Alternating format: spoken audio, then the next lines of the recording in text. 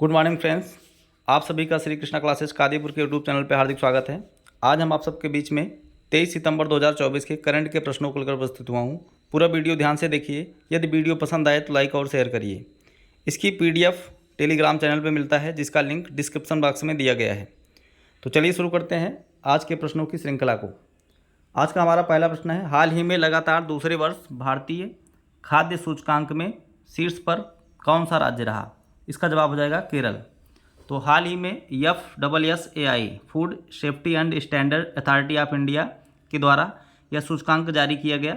यह इस बार का 6वां सूचकांक था, 6 नंबर का सूचकांक था।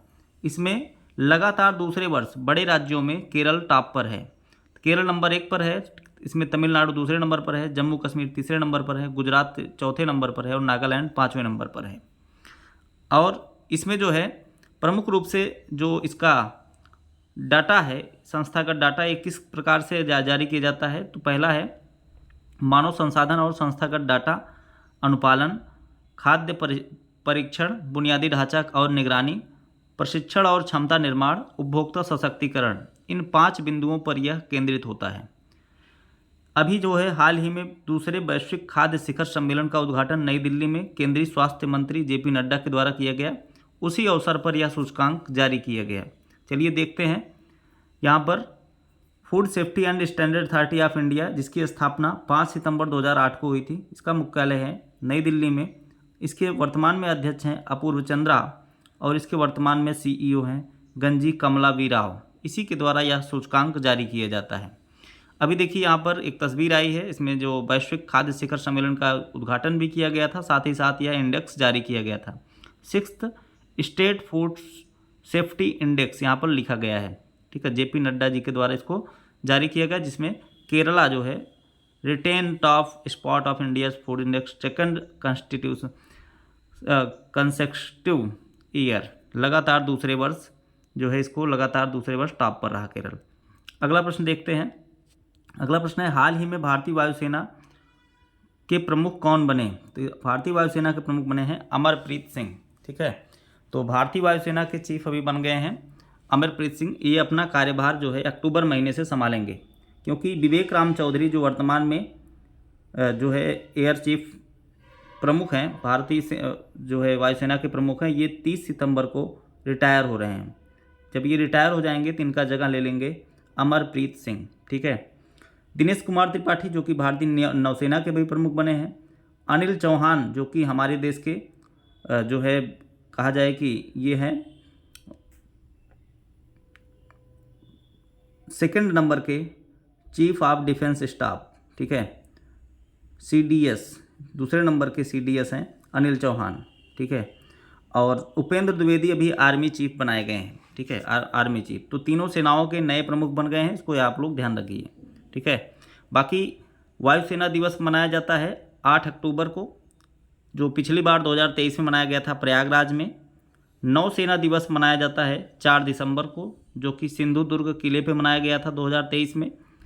और आप लोग बताएंगे आर्मी डे कब मनाया जाता है और इस बार कहाँ मनाया गया, पूरा डिटेल में छाप दीजिए कमेंट बॉक्स में।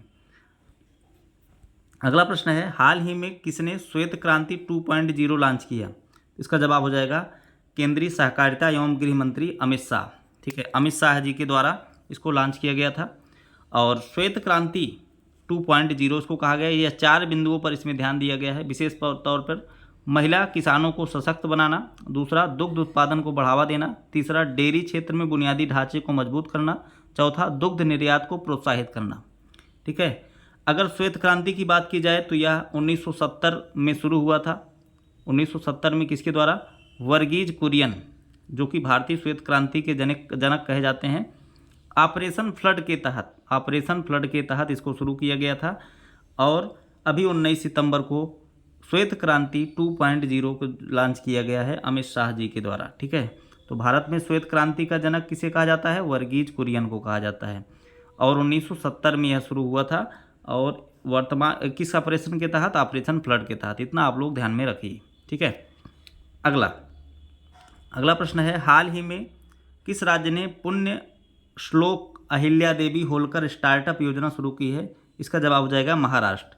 इसके तहत महिलाओं के द्वारा शुरू किए गए स्टार्टअप पे सरकार द्वारा वित्तीय सहायता दी जाएगी तथा इसका उद्देश्य महिलाओं को स्टार्टअप की दुनिया में आत्मनिर्भर बनाना है।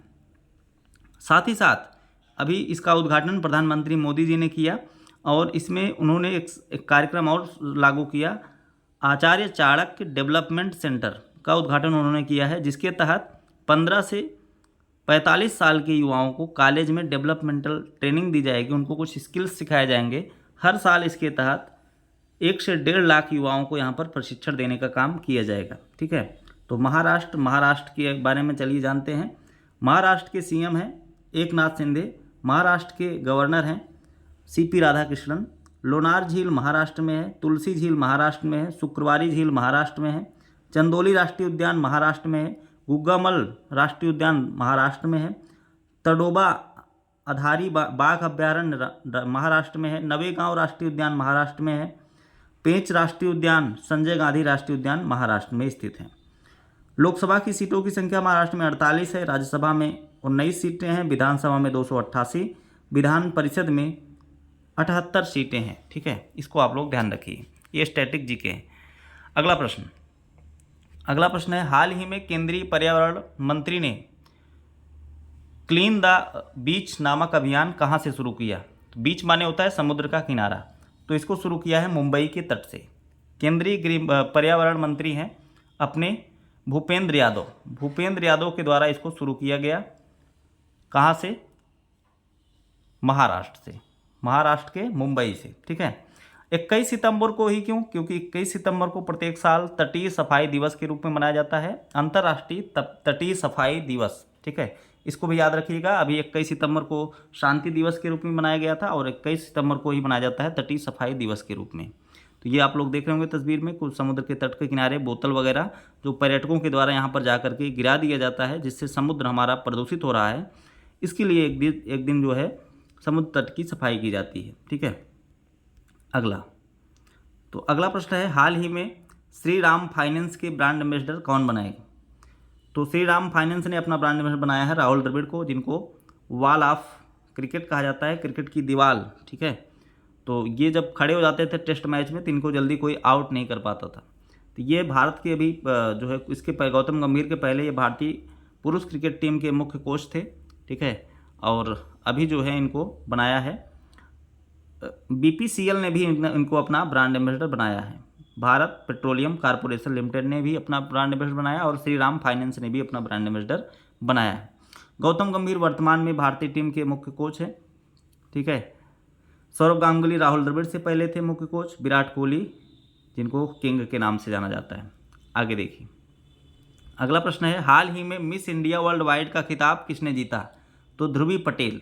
ठीक है, ध्रुवी पटेल ने मिस इंडिया वर्ल्ड वाइड का खिताब जीता। ध्रुवी पटेल अमेरिका में कंप्यूटर सूचना प्रणाली की एक छात्रा हैं और इन्होंने मिस इंडिया वर्ल्ड वाइड का खिताब जीत लिया है, जो कि भारत का सबसे पुराना जो है यह